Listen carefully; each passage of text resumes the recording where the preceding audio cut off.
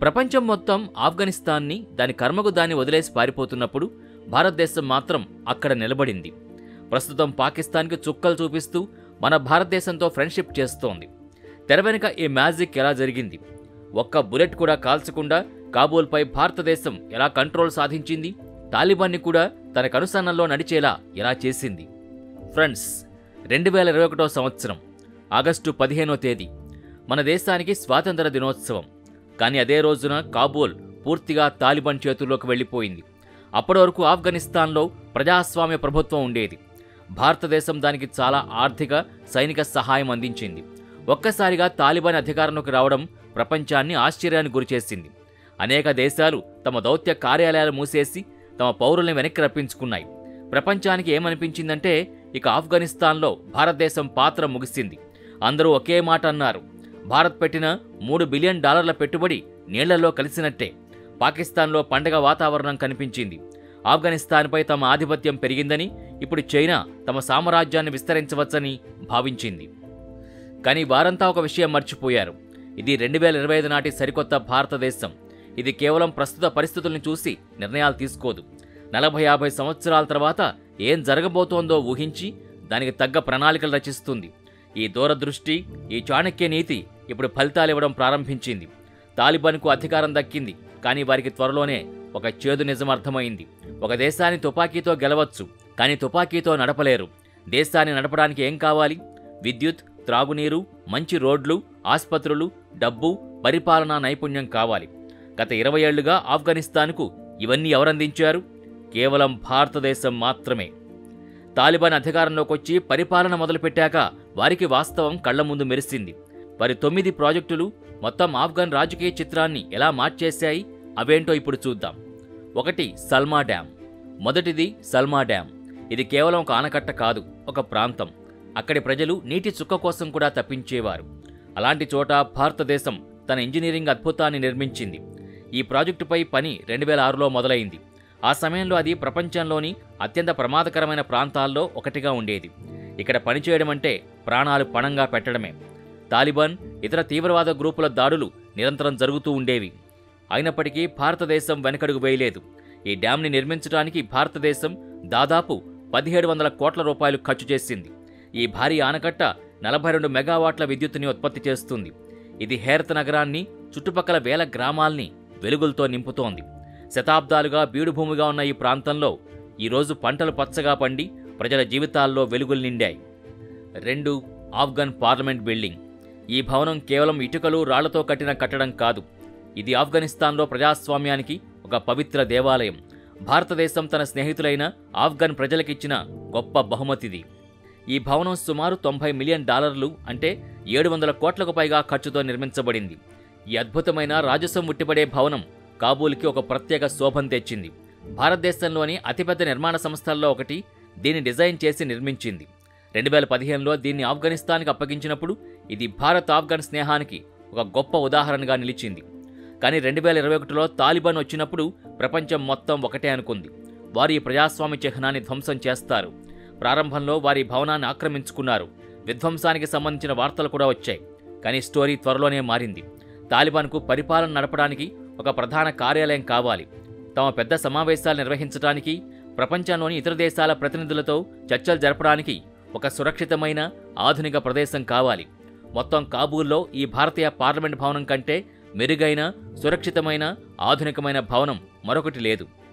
ఏ Taliban ప్రజాస్వామ్యాన్ని కూకటి వేళ్లతో పెకిలించి వేసిందో అదే తాలిబాన్ ఈరోజు భారతదేశం నిర్మించిన ప్రజాస్వామ్య దేవాలయంలో కూర్చుని తన పరిపాలన నడుపుతోంది. ఈ భవనం వారికి అత్యంత ముఖ్యమైన సమావేశాలకు, నిర్ణయాలకు కేంద్రంగా మారింది. ఈ భవనం భారతదేశ ఇంజనీరింగ్ యొక్క అద్భుతమైన నమూనా అని తాలిబాన్కు తెలుసు. దీని నిర్వహణ, అత్యాధునిక ఎయిర్ కండిషనింగ్ వ్యవస్థ, కమ్యూనికేషన్ నెట్వర్క్ అన్నీ అత్యుత్తమ ప్రమాణాలతో ఉన్నాయి. దీన్ని సమర్థవంతంగా నిర్వహించడానికి భారతీయ నిపుణుల నైపుణ్యం అవసరం పడుతూ ఉంటుంది. ఈ భవనం తాలిబాన్కు ప్రతిరోజు గుర్తు చేస్తుంది, భారతదేశం కేవలం మాటలు చెప్పదని, చేతల్లో చేసి చూపిస్తుంది అని. 3. జరంజ్ దలారాం హైవే. జరంజ్ దలారాం హైవే, దీనిని రోడ్ 606 అని కూడా అంటారు. సల్మా డ్యాం మరియు పార్లమెంట్ భవనం భారతదేశం యొక్క సాఫ్ట్ పవర్ చిహ్నాలైతే, ఈ హైవే భారతదేశం యొక్క వ్యూహాత్మక ఆలోచనకి అతిపెద్ద రుజువు. ఇది ఇరాన్ సరిహద్దులో ఉన్న జరంజ్ నగరాన్ని ఆఫ్ఘనిస్తాన్లోని దెలారాం నగరంతో కలుపుతుంది. దెలారాం అనేది కాబూల్ కందహార్ హైవేకి ఒక ముఖ్యమైన కూడలి. ఇప్పుడు మీకు ఒక డౌట్ వస్తుంది, భారతదేశం ఈ డేంజరస్ నిర్మానుష్య ప్రాంతంలో బిలియన్ల రూపాయలు ఎందుకు ఖర్చు చేసింది? ఇక్కడే భారతదేశం యొక్క సూపర్ స్ట్రాటజీ ఉంది. ఈ రహదారి మనం చాబహార్ ప్రాజెక్ట్ అని పిలిచే పెద్ద విజన్లో భాగం. ఇది చాబహార్ పోర్టుని ఆఫ్ఘనిస్తాన్ మెయిన్ల్యాండ్తో కలుపుతుంది. ప్లాన్ ఏంటంటే భారతదేశం నుంచి సరుకులు మొదట చాబహార్ పోర్టుకు దిగుతాయి. అక్కడి నుంచి ఇరాన్ యొక్క జరంజ్ సరిహద్దు వరకు వెళతాయి. ఆపై ఈ హైవే ద్వారా మొత్తం ఆఫ్ఘనిస్తాన్ మరియు మరింత ముందుకి ఉజ్బెకిస్తాన్, కజకిస్తాన్ వంటి మధ్య ఆసియా దేశాల వరకు చేరుకుంటాయి. అంటే పాకిస్తాన్ యొక్క గ్వాదర్ పోర్ట్ మరియు చైనా పాకిస్తాన్ ఎకనామిక్ కారిడార్ సిపిఈసికి నేరుగా దీంతో సమాధానమిచ్చింది.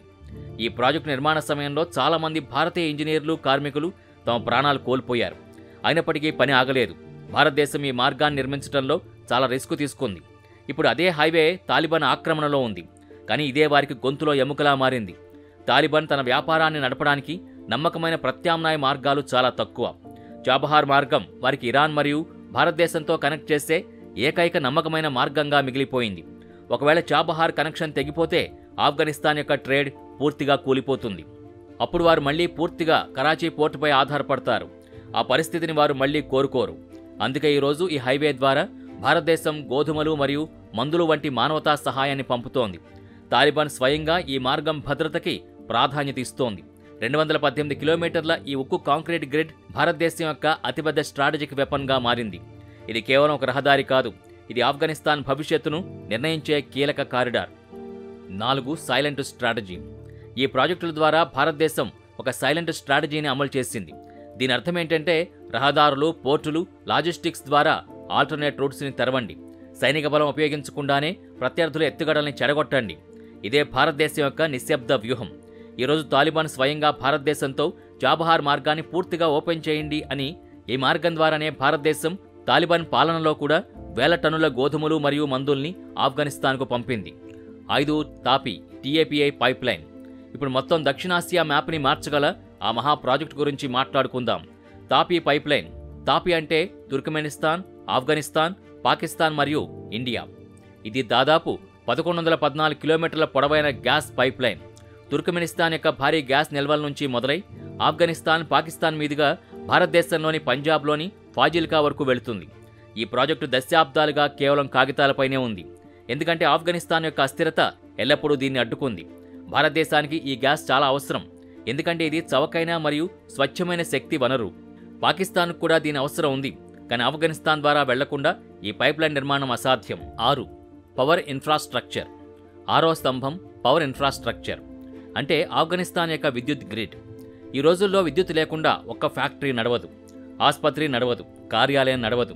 ఆఫ్ఘనిస్తాన్ తన చాలా వరకు విద్యుత్తుని ఉజ్బెకిస్తాన్ మరియు తాజికిస్తాన్ వంటి పొరుగు దేశాల నుంచి కొనుగోలు చేస్తూ వస్తోంది. కానీ ఆ విద్యుత్తుని కాబూల్ వరకు చేర్చడానికి ఒక బలమైన ట్రాన్స్మిషన్ లైన్ నెట్వర్క్ అవసరం. మరియు ఈ కీలకమైన పనిని ఎవరు చేశారు? మన భారతదేశం. భారతదేశం ఉత్తర ఆఫ్ఘనిస్తాన్లోని పుల్యే ఖుమ్రీ నుంచి రాజధాని కాబూల్ వరకు దాదాపు 202 కిలోమీటర్ల పొడవైన 220 కిలోవోల్ట్ DC ట్రాన్స్మిషన్ లైన్ని వేసింది. ఇది సాధారణ లైన్ కాదు.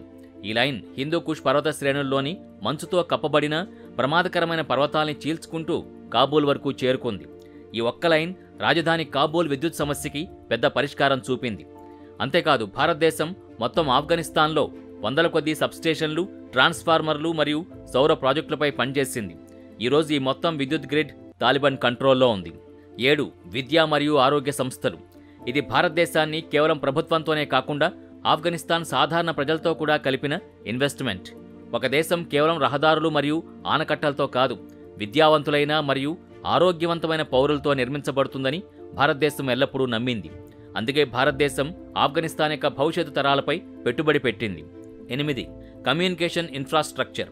ఈరోజు ప్రపంచంలో కమ్యూనికేషన్ లేకుండా ఒక్క క్షణం కూడా గడవదు. 2001కు ముందు ఆఫ్ఘనిస్తాన్ దాదాపు పూర్తిగా కటాఫ్ అయి ఉంది. అక్కడి టెలిఫోన్ వ్యవస్థ దశాబ్దాల పాతది మరియు దాదాపు పనికిరాంది. భారతదేశం ఈ సవాల్ని స్వీకరించింది. TCIL వంటి ప్రభుత్వ సంస్థలు ఆఫ్ఘనిస్తాన్ యొక్క కమ్యూనికేషన్ నెట్వర్క్ని తిరిగి సజీవంగా మార్చడానికి పూనుకున్నాయి. భారతదేశం కాబూల్, మజార్ ఏ షరీఫ్, హేరత్ వంటి పెద్ద నగరాల్లో పాత ఎక్స్చేంజ్లను తీసేసి వాటి స్థానంలో కొత్త డిజిటల్ టెలిఫోన్ ఎక్స్చేంజ్లను ఏర్పాటు చేసింది. ఎక్స్చేంజులు మాత్రమే కాదు, వేల కిలోమీటర్ల పొడవైన ఆప్టికల్ ఫైబర్ కేబుల్ని కూడా వేసింది. ఈరోజు మీరు ఆఫ్ఘనిస్తాన్లో మొబైల్ ఫోన్ రింగ్ టోన్లు విన్నప్పుడు లేదా ఇంటర్నెట్ ఉపయోగించినప్పుడు దాని వెన్నెముకని భారతదేశమే నిర్మించింది. తాలిబాన్ ఇప్పుడు అధికారంలో ఉంది, కానీ వారికి తమ గవర్నర్లతో మాట్లాడాలి, సైన్యానికి ఆదేశాలు ఇవ్వాలి మరియు ప్రపంచంతో సంబంధాలు కొనసాగించాలి. ఇదంతా అదే భారతీయ సాంకేతిక పరిజ్ఞానం ద్వారా భారతదేశం నిర్మించిన నెట్వర్క్ ద్వారా జరుగుతోంది. ఇది లేకుండా తాలిబాన్ పరిపాలన అసాధ్యం. 9. చిన్న అభివృద్ధి ప్రాజెక్టులు. ఇవి వార్తల్లోకి రాని పనులు, కానీ సాధారణ మనిషి జీవితాన్ని నేరుగా మారుస్తాయి. భారతదేశం కేవలం పెద్ద నగరాలు లేదా పెద్ద ఆనకట్టలపై డబ్బు పెట్టలేదు. భారతదేశం దాదాపు 400 నుంచి 500 చిన్న చిన్న కానీ చాలా అవసరమైన ప్రాజెక్టులు పూర్తి చేసింది. గ్రామీణ ప్రాంతాల్లో వంతెనలు, పాఠశాలలు, క్లినిక్లు, నీటిపారుదల ప్రాజెక్టులు, వ్యవసాయ అభివృద్ధి కార్యక్రమాలు వంటివి ఇందులో ఉన్నాయి.